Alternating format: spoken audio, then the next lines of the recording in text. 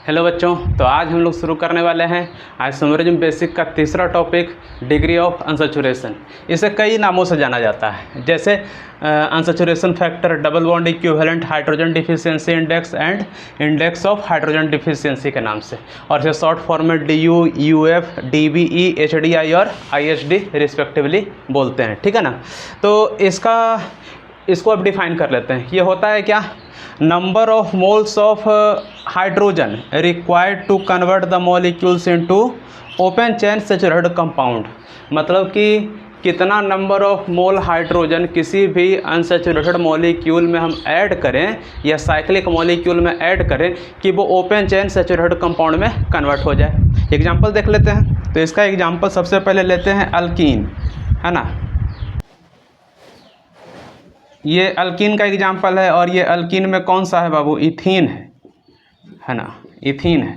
Ethene में अगर हम क्या करते हैं, एक मोल हाइड्रोजन में 2 हाइड्रोजन का एटम होता है। तो 1 मोल हाइड्रोजन अगर ऐड कर देंगे तो ये किस में कन्वर्ट हो जाएगा बाबू? ये कन्वर्ट हो जाएगा ईथेन में। ये किस में कन्वर्ट हो जाएगा? ईथेन में, है ना। ठीक इसी प्रकार से अगर हम लेते हैं एसिटिलीन का मॉलिक्यूल लेते हैं, एसिटिलीन का मॉलिक्यूल लेते हैं तो इसमें 2 मोल हाइड्रोजन ऐड करेंगे तो ये किस में कन्वर्ट हो जाएगा? ये भी ओपन चेन सैचुरेटेड कंपाउंड में क्या हो जाएगा? कन्वर्ट हो जाएगा ईथेन में। मतलब इसमें कितना मोल चाहिए? इसमें चाहिए 1 मोल और इसमें चाहिए 2 मोल, है ना। और यही 1 और 2 ये मॉलिक्यूल का क्या हो जाएगा? किसका होगा? ये अल्कीन एंड अल्काइन का, यानी इथीन और इथाइन का क्या हो जाएगा? ये डिग्री ऑफ अनसैचुरेशन हो जाएगा। तो इसका DU का वैल्यू हो जाएगा 1, इसका DU का वैल्यू हो जाएगा 2। आगे बढ़ते हैं, कुछ और मॉलिक्यूल देख लेते हैं। जैसे अभी बोले मॉलिक्यूल्स का टाइप क्या क्या होगा? मॉलिक्यूल्स का टाइप होगा आपका कौन कौन से मॉलिक्यूल को कन्वर्ट कर सकता है? या तो अनसैचुरेटेड मॉलिक्यूल हो या तो साइक्लिक मॉलिक्यूल हो। ये भी साइक्लिक अनसैचुरेटेड है, लेकिन अनसैचुरेटेड के कैटेगरी में ही इसको रखा जाता है। बेंजीन है ये। अब इसमें क्या करेंगे बाबू? इसमें देख लीजिए, इसका मॉलिक्यूलर फार्मूला क्या है? इसका मॉलिक्यूलर फार्मूला है आपका C6H12, है ना। और इसका क्या है? C6H6, है कि नहीं। अब क्या है, 6 कार्बन का अगर हम अल्केन बनाना चाहते हैं तो वो उसमें हाइड्रोजनों की संख्या कितनी होगी? 14। यानी इसमें 2 हाइड्रोजन और ऐड कर देंगे तो ये किस में कन्वर्ट हो जाएगा? ओपन चेन सैचुरेटेड कंपाउंड का जैसा ये बन जाएगा। मतलब 1 मोल हाइड्रोजन को ऐड करना है तो क्या करेंगे? इसमें H2 को ऐड कर देंगे तो ये किस में कन्वर्ट हो जाएगा? 1 2 3 4 5 6, 1 2 3 4 5 6 में कन्वर्ट हो जाएगा। इसमें क्या करेंगे? इसमें कितना हाइड्रोजन को ऐड करेंगे? तो इसमें देखिए 6 है ना। इसमें अगर हम करेंगे, जैसे अल्केन में कन्वर्ट करने के लिए कितना चाहिए? 8 हाइड्रोजन चाहिए। 8 हाइड्रोजन करने के लिए कितना मोल हाइड्रोजन चाहिए? 8 हाइड्रोजन ऐड करने के लिए 4 मोल हाइड्रोजनों की आवश्यकता है। तो 4 मोल हाइड्रोजन इसमें क्या करेंगे? ऐड कर देंगे तो ये किसमें हो जाएगा? ये भी इसमें कन्वर्ट हो जाएगा, है ना। तो इसका भी DU कितना हो जाएगा? इसका भी डिग्री ऑफ अनसैचुरेशन 1 और इसका भी डिग्री ऑफ अनसैचुरेशन कितना? 4 हो जाएगा। आगे एक ये और मॉलिक्यूल देख लेते हैं। ये भी अनसैचुरेटेड मॉलिक्यूल ही है। इसमें देख लेते हैं कितना कार्बन है।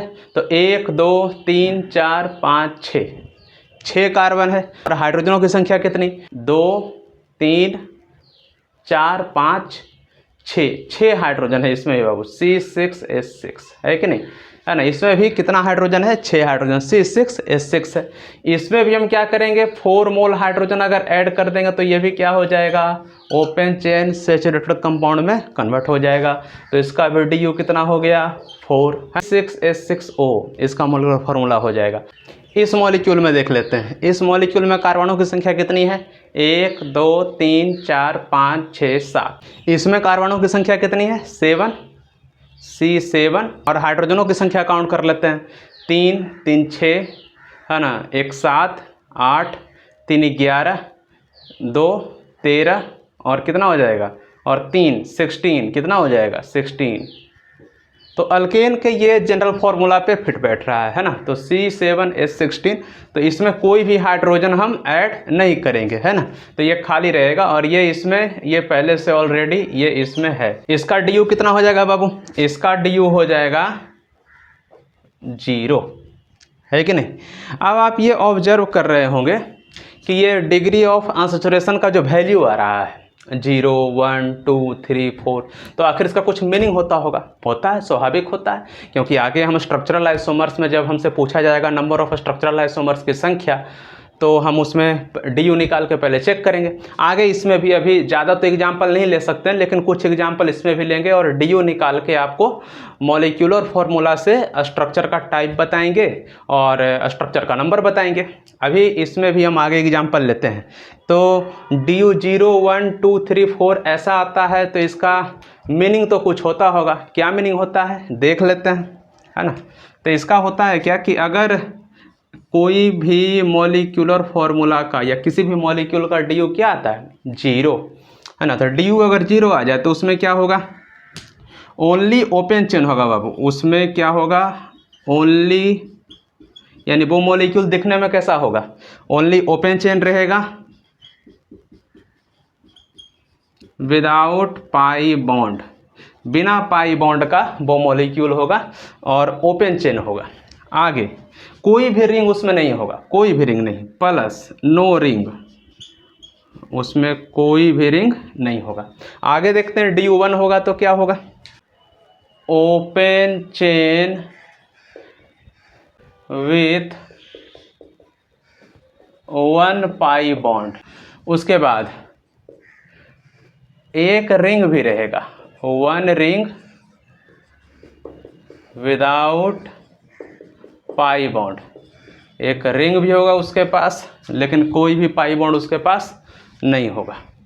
आगे देखते हैं, अगर किसी मॉलिक्यूल का DU का वैल्यू अगर 2 आता है तो क्या होगा, यानी उस मॉलिक्यूल के पास ओपन चेन तो होगा लेकिन 2 पाई बॉन्ड के साथ होगा। इसके बाद एक रिंग भी होगा, 1 रिंग विथ 1 पाई बॉन्ड, यानी उस मॉलिक्यूल के पास एक रिंग भी होगा जिसमें 1 पाई बॉन्ड होगा, प्लस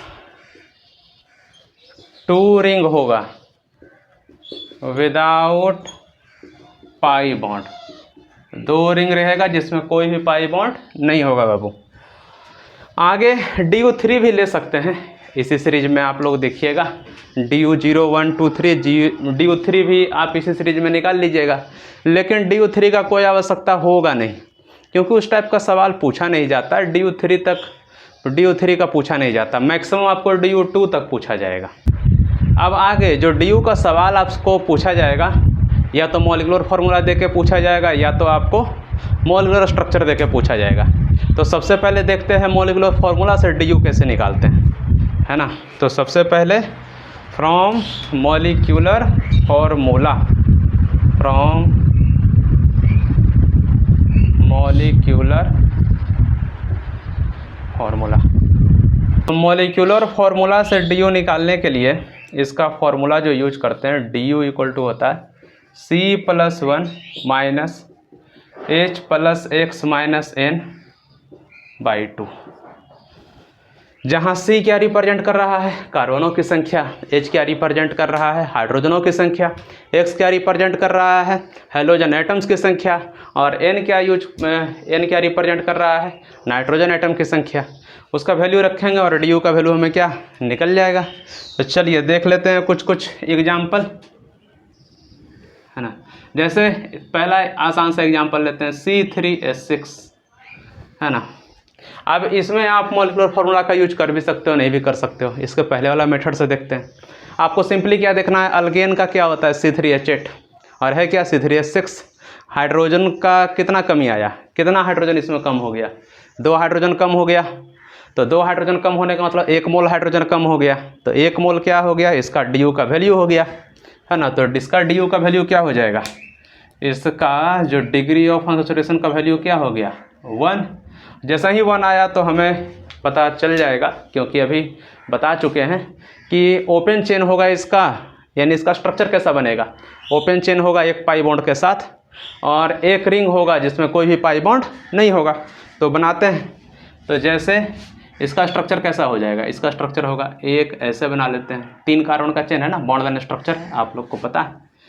अब ये जो स्ट्रक्चर बनाए हैं बाबू इसमें, तो ये सिर्फ क्या है, ओपन चेन है, कोई भी पाई बॉन्ड है इसमें नहीं है।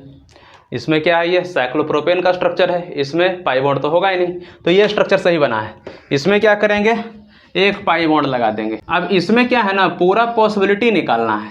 तो पूरा पॉसिबिलिटी कैसे निकालेंगे कि डबल बॉन्ड का पोजीशन एक यहाँ है, आप लोग कहिएगा कि सर एक यहाँ लगा दीजिए, यहाँ लगाएंगे तो सेम ही स्ट्रक्चर आ जाएगा, तो इसका और कोई स्ट्रक्चर नहीं बनेगा। यानी जो भी मॉलिक्यूलर फार्मूला दिया हुआ रहेगा पहले उसका DU निकालना है, और एक अनुमान आपके दिमाग में लग जाएगा कि वो उसका स्ट्रक्चर कैसा होगा, ओपन चेन वाला स्ट्रक्चर कैसा होगा, रिंग वाला स्ट्रक्चर कैसा होगा। और अनुमान जब लग जाए तो आपको क्या करना है, फिर बनाना है।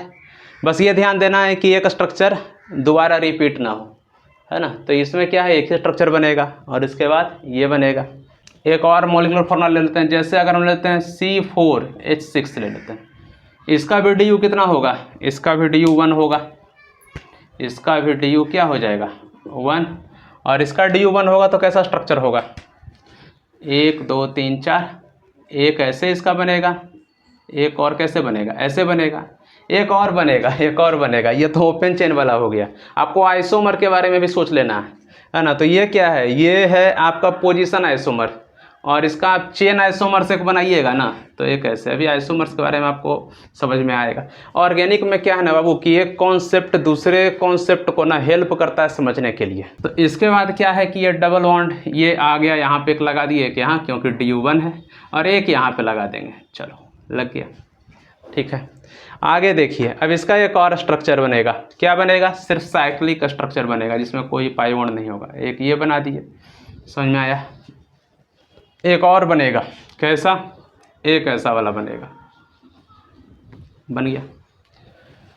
तो इसमें टोटल नंबर ऑफ स्ट्रक्चर इसका कितना हो गया, इस वाले मॉलिक्यूल में 2 स्ट्रक्चर इसका आया, और इस वाले मॉलिक्यूल में कितना स्ट्रक्चर आया, 1 2 3 4 5, इसका 5 स्ट्रक्चर आया,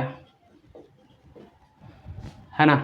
तो DU निकालने से क्या पता चल जाता है कि उस मॉलिक्यूलर फार्मूला से कितना स्ट्रक्चर बन सकता है ना। तो यहाँ पर DU 1 का एग्जाम्पल, DU 1 का एग्जाम्पल आप बोलिएगा कि सर सिर्फ आप DU 1 का ही एग्जाम्पल ले रहे हैं, DU 0 का भी ले लेते हैं। चलो, जैसे C5H12 का ले लेते हैं, है ना। तो C5H12 का कितना हो जाएगा, तो C5H12 का स्ट्रक्चर बना लो, तो इसका क्या हो जाएगा, DU 0, ये हमारा पेंटेन है, DU = 0। तो इसका क्या हो जाएगा स्ट्रक्चर, जब हम बनाएंगे तो क्या 5 कार्बन का चेन ले लेते हैं, तो क्या हो जाएगा 1 2 3 4 5 कार्बन का चेन हो गया। इसके बाद इसका हम आइसोमर बना लेते हैं, तो ये क्या है, ये तो, और इसका सबका पहले चेन आइसोमर्स बना लिए, लो बना लिए सबका चेन आइसोमर्स, ठीक नहीं। और भी कुछ बन सकता है क्या, इसका DU 0 है, और भी कोई बन सकता है क्या, नहीं, क्योंकि और कोई तो रिंग है होगा नहीं, क्योंकि DU 0 रहने पे सिर्फ ओपन चेन होता है बिना कोई पाई बॉन्ड का। तो इसका एक ये स्ट्रक्चर बनेगा, एक ये और एक ये, इसका 3 ही स्ट्रक्चर हम बना सकते हैं।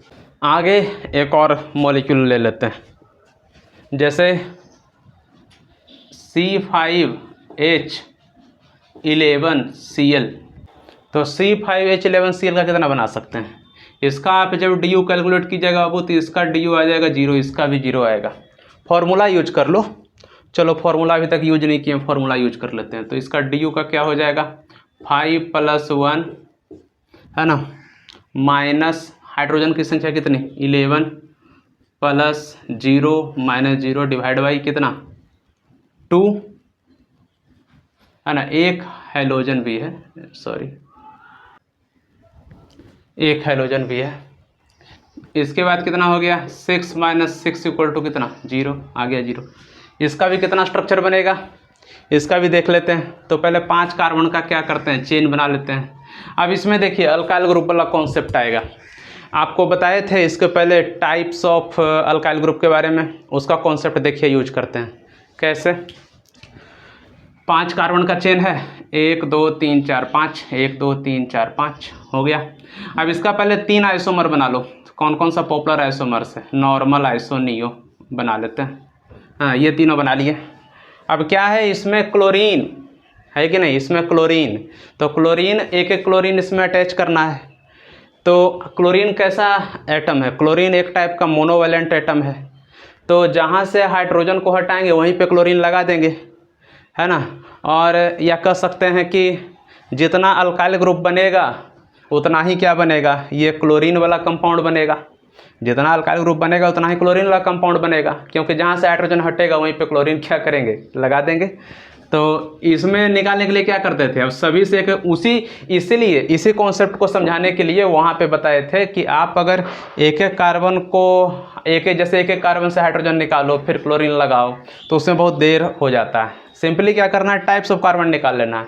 आपको पता होगा कि इसमें टाइप्स ऑफ कार्बन कितना है, 1 2 3 3 टाइप का कार्बन है, तो इसका 3 क्लोरीन का स्ट्रक्चर बनेगा। कैसे देख लो, 1 2, है ना, एक इधर एडजस्ट करते हैं, है ना। तो इसमें टाइप्स ऑफ कार्बन कितना है, 3। तो 3 क्लोरीन अटैच होगा, देखो अटैच करो, एक क्लोरीन यहाँ आएगा, एक क्लोरीन यहाँ आएगा और एक क्लोरीन यहाँ आएगा, बस 3 ही स्ट्रक्चर इसका बनेगा, है ना। तो 3 स्ट्रक्चर तो इससे बन गया। इससे कितना स्ट्रक्चर बनेगा, इससे बना लेते हैं। अब इसमें टाइप कितना कार्बन है, इसमें कार्बन का कितना टाइप है, तो इसमें कार्बन का टाइप हो जाएगा बाबू 1 2 3 4। इसमें 4 टाइप का कार्बन है, तो इससे कितना क्लोरीन वाला कंपाउंड बनेगा, 4। देखो बना लेते हैं।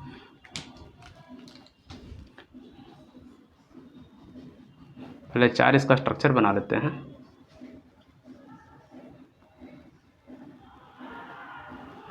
हो गया। तो 4 स्ट्रक्चर कौन कौन सा हो जाएगा, एक क्लोरीन यहाँ लगा दो, तो यहाँ लगाएं चाहे यहाँ लगाएं, बात बराबर। अब आगे एक क्लोरीन यहाँ लगा दें, एक क्लोरीन यहाँ लगा दें और एक क्लोरीन कहाँ लगा दें, यहाँ लगा दें, है कि नहीं। तो इससे स्ट्रक्चर का संख्या कितना बन गया, 4। और एक स्ट्रक्चर और बनेगा। एक स्ट्रक्चर कौन बनेगा, जैसे इसका हम करते थे, जैसे ये हमारा नियोपेंटेन। तो नियोपेंटेन में कितना टाइप्स ऑफ कार्बन है, 2 टाइप ऑफ कार्बन है। कार्बन का टाइप 2 है लेकिन अल्काइल ग्रुप एक ही बनेगा। हाँ ध्यान दीजिएगा, क्योंकि वहाँ बताए थे कि 4 डिग्री का कार्बन अगर हमारे पास है तो वहाँ कोई हाइड्रोजन है ही नहीं, और जब कोई वहाँ हाइड्रोजन नहीं है तो वहाँ पर कोई क्लोरीन जाएगा, नहीं जाएगा। जब वहाँ कोई क्लोरीन नहीं जाएगा तो क्लोरीन वाला कंपाउंड फॉर्म होगा, नहीं होगा। इस कारण से यहाँ पे इसलिए वहाँ बताए थे कि अगर हम टाइप्स ऑफ कार्बन कंसिडर करते हैं और उसमें देख लेते हैं कोई क्वाटरनरी कार्बन है तो उससे कोई भी अल्काइल ग्रुप नहीं बनेगा। तो अगर क्वाटरनरी कार्बन वाले मॉलिक्यूल में अगर 5 टाइप आ रहा है और उसमें क्वाटरनरी कार्बन अगर 1 टाइप का है तो उससे हटा देंगे, 4 ही अल्काइल ग्रुप बनेगा। तो वहाँ पे एग्जाम्पल लिए थे, 1-2 एग्जाम्पल लिए थे, आप उस वीडियो को कंप्लीट देखिएगा और भी कॉन्सेप्ट क्लियर होगा, है ना। थोड़ा वीडियो को पेशेंसली देखिएगा, स्पीड पे तब आएंगे जब हमारे पास एक्यूरेसी आएगा। तो पहले आपको सीखना है सवाल एनी हाउ टाइम जितना लगे हमें सही बनाना है। बाद में जब सवाल सही होने लगता है तो स्पीड अपने आप आ जाता है। तो यहाँ पे टाइप्स ऑफ कार्बन कितना है, टाइप्स ऑफ कार्बन हमारे पास 2 है, लेकिन अल्काइल ग्रुप का संख्या 1 होगा। तो हेलो अल्केन, हाँ ये हेलो अल्केन ही अल्काइल हैलाइड ही है, तो हेलो अल्केन भी एक ही बनेगा, यानी क्लोरीन वाला कंपाउंड भी एक ही बनेगा। वो कहाँ बनेगा बाबू, देख लो यहाँ पे, है ना, एक क्लोरीन यहाँ पे लगा दिया, कोई दिक्कत। तो आपसे वहाँ पे यही पूछेंगे, बताइए total number of structural isomers की संख्या इसकी कितनी होगी। पहले डी निकाल लेना है, डी निकालने से ये पता चल जाएगा कि ये स्ट्रक्चर दिखने में कैसा होगा, उसमें पाई बॉन्ड होगा कि नहीं होगा, साइक्लिक होगा कि बाई साइक्लो होगा, ये सब कंपाउंड यानी ये सब बात हमको पता चल जाएगा। तो फिर आप उस सवाल को सोल्व कर लोगे। टोटल इसका 8 स्ट्रक्चर हो गया बाबू, है कि नहीं। ऊपर वाले का कितना हुआ था, 5, इसका कितना आया, 3। एक मॉलिक्यूल और देते हैं, उसका डी आप लोग यानी उसका नंबर ऑफ स्ट्रक्चर आप लोग निकाल लीजिएगा, C4H9OH, है ना। और इसका आंसर कमेंट बॉक्स या मेल में दीजिएगा, है ना। दूसरा तरीका से आपको सवाल पूछा जाएगा मॉलिक्यूलर स्ट्रक्चर देके, है ना। आपको मॉलिक्यूलर स्ट्रक्चर दिया हुआ रहेगा और बोला जाएगा कि उसका डिग्री ऑफ कंसंट्रेशन निकालिए, है ना। तो कैसे निकालिएगा, तो मॉलिक्यूलर स्ट्रक्चर से डी निकालने के लिए आपको करना है क्या, तो पहले एक बात लिख देते हैं, degree of concentration equal to होता है number of pi bonds plus number of rings, है ना। रिंग का संख्या काउंट कर लो और पाई बॉन्ड का संख्या काउंट कर लो और दोनों को ऐड कर दो, वही हमारा क्या हो जाएगा, वही हमारा हो जाएगा डिग्री ऑफ अनसैचुरेशन। और ये वैलिड है किसके लिए? अगर मॉलिक्यूलर स्ट्रक्चर दिया हुआ रहेगा तब। तो देखिए इसमें क्या करना है, इसका डी कितना हो जाएगा, इसका डी 1 क्योंकि एक रिंग ही प्रेजेंट है, इसका डी हो जाएगा 3 पाई बॉन्ड प्लस एक रिंग 4 हो जाएगा। इसका डी कितना हो जाएगा, 3 रिंग हो गया प्लस पाई बॉन्ड की संख्या 1 2 3 4 5 6 7, तो इसका डी कितना हो जाएगा 10। इसका डिग्री ऑफ अनसैचुरेशन हो जाएगा 7, 7 रिंग है देख लीजिए, है ना। इसका डिग्री ऑफ अनसैचुरेशन कितना हो जाएगा 1 2 3, 3 रिंग है प्लस पाई बॉन्ड की संख्या 1 2 3, है ना। और स्ट्रक्चर ये जो कंडेंस फॉर्म में मॉलिक्यूलर फार्मूला दिया हुआ रहेगा इसे आप चेक कर लीजिएगा। जैसे आगे अभी हम देखते हैं, जैसे ये एमाइड में देखिए कार्बन डबल बॉन्ड ऑक्सीजन और NH2 आएगा, वो पाई बॉन्ड को भी हम काउंट करेंगे। तो इस टाइप का जब भी मॉलिक्यूलर फार्मूला लिखा हुआ रहे तो आप उसे एक्सपेंड करके देख लीजिएगा, ठीक है। तो इसका कितना हो जाएगा 1 2 3 4 5 6, है ना। इसका देख लेते हैं, इसका डिग्री ऑफ अनसैचुरेशन का वैल्यू हो जाएगा 1 2 3 4, 4 रिंग हो गया प्लस यहाँ पे एक पाई बॉन्ड होगा तो कितना होगा 5। इसका डिग्री ऑफ अनसैचुरेशन निकालोगे तो कितना हो जाएगा बाबू 1 2, 2 रिंग है प्लस पाई बॉन्ड कितना है 1, और यहाँ पे एमाइड के पास 2, तो कितना हो जाएगा 1 2 3 4, तो टोटल कितना हो गया 4। आगे बढ़ते हैं, इस वाले मॉलिक्यूल में डी निकालिए। ये आपको इसमें जो भी प्रॉब्लम दिया गया है आपको कुछ इंस्टीट्यूट के असाइनमेंट में और कुछ पॉपुलर बुक में आपको मिल जाएंगे, आप उसे देख लीजिएगा, है ना। इसमें डिग्री ऑफ कॉन्सेंट्रेशन कितना हो जाएगा 1 2 3, हाँ ये पूरा एक रिंग है 1 2 3, 3 रिंग हो गया और एक 4 और एक 5, 5 रिंग है प्लस पाई बॉन्ड इसमें कितना होगा, बेंजीन के जैसा स्ट्रक्चर है, 3 पाई बॉन्ड इसमें 3 पाई बॉन्ड इसमें, तो टोटल हो जाएगा 6 इक्वल टू कितना 11, ठीक है 11। इसका डी कितना हो जाएगा 11। सोचो अगर 11 डी का स्ट्रक्चर अगर हमको बनाने के लिए दे दिया जाए तो क्या बना सकते हो, बना ही नहीं सकते हो। बनाने का प्रयास करोगे तो बस वो एक इंटरटेनमेंट बन के रह जाएगा, है ना। एक्चुअल उस आंसर तक हम पहुंच ही नहीं पाएंगे। तो इसका डी कितना हो गया बाबू 11। आगे देखते हैं। अब जैसे देखिए ये एक स्ट्रक्चर है, इसे कहते हैं क्यूबेन। क्या कहते हैं, क्यूबेन। अब क्यूबेन का अगर आप डी निकालिएगा तो कितना, इसका 6 सरफेस होता है ना, तो 6 सरफेस यानी 6 रिंग, पाई बॉन्ड एक भी नहीं, तो डी कितना आना चाहिए 6। लेकिन ये गलत है बाबू, इसका सही आंसर होगा 5, है ना, ये सही है आपका 5। ठीक इसी प्रकार से ये प्रिज्मेन है, प्रिज्मेन। तो प्रिज्मेन का भी अगर आप डी निकालिएगा तो इसका कितना रिंग हो जाएगा 1 और 2, नीचे का एक 3, है ना, प्लस आगे पीछे 2 5, लेकिन ये भी गलत हो जाएगा, इसका राइट आंसर हो जाएगा 4। ऐसा क्यों, तो डी का जो ओरिजिनल कॉन्सेप्ट है ना, जो ओरिजिनल कॉन्सेप्ट है ये बोलता है कि किसी भी रिंग वाले स्ट्रक्चर को या ओपन चेन स्ट्रक्चर में जो पाई बॉन्ड प्रेजेंट है ना, लेकिन रिंग वाले पे वो बेटर एप्लीकेबल होता है। यानी उसका कॉन्सेप्ट ये कहता है कि किसी भी रिंग को हम कितना बॉन्ड से कट करें कि वो ओपन चेन सैचुरेटेड मॉलिक्यूल में बदल जाए। रिंग भी हो सकता है, पाई बॉन्ड भी हो सकता है, उसको कितना पॉइंट से कट करें या कितना बॉन्ड से कट करें कि वो एक ओपन चेन सैचुरेटेड मॉलिक्यूल में कन्वर्ट हो जाए। तो आप ये पाइएगा कि जब ये ऊपर वाले ये 4 बॉन्ड को आप कट कीजिए तो पहले ये बॉक्स ओपन हो गया और उसके बाद यहाँ से कट कीजिए तो पूरा ओपन चेन हो जाएगा, ओपन चेन सैचुरेटेड मॉलिक्यूल में कन्वर्ट हो जाएगा। ठीक यहाँ भी 1 2 3 पॉइंट से कट करोगे तो वो ये ओपन हो जाएगा पूरा, है ना। और किसी एक पॉइंट से और कट करोगे तो क्या हो जाएगा, किसी एक बॉन्ड से और कट करोगे तो क्या हो जाएगा, पूरा ओपन चेन सैचुरेटेड मॉलिक्यूल में बदल जाएगा। आप ये नोटिस कीजिएगा कि हम बार बार बोल रहे हैं ओपन चेन सैचुरेटेड कंपाउंड या ओपन चेन सैचुरेटेड मॉलिक्यूल, इसमें कन्वर्ट होना चाहिए कोई भी अनसैचुरेटेड कंपाउंड, है ना। या तो इसका एक उल्टा भी बोल सकते हैं, कितना हाइड्रोजन निकाल लें या कितना नंबर ऑफ मोल हाइड्रोजन हम किसी भी सैचुरेटेड कंपाउंड से निकाल लें कि वो अनसैचुरेटेड में कन्वर्ट हो जाए, दोनों सही है। या तो हाइड्रोजन को ऐड कर दें किसी अनसैचुरेटेड मॉलिक्यूल में, या तो हाइड्रोजन को हम निकाल लें सैचुरेटेड मॉलिक्यूल से। दोनों ही केस में क्या होना चाहिए, एक में हाइड्रोजन निकालेंगे तो अनसैचुरेटेड बन जाएगा, एक में हाइड्रोजन ऐड करेंगे तो क्या बन जाएगा, सेरोइड मॉलिक्यूल में बदल जाएगा, है कि नहीं। और दोनों ही केस में क्या है, हाइड्रोजन का ही रोल आ रहा है। तो जितना मोल हाइड्रोजन या तो ऐड करें या तो निकालें, उतना ही नंबर ऑफ मोल क्या कहलाएगा, डी कहलाएगा। ठीक है ना। आशा करते हैं कि सारा कॉन्सेप्ट क्लियर हो गया होगा, है कि नहीं इसमें। तो ये क्या है, डी 5 हो गया 4। तो इसे हम लिख देते हैं कि कितना बॉन्ड हम क्लीव्ड करें कि वो ओपन चेन सेरोइड कंपाउंड में कन्वर्ट हो जाए। ठीक है, आगे बढ़ते हैं।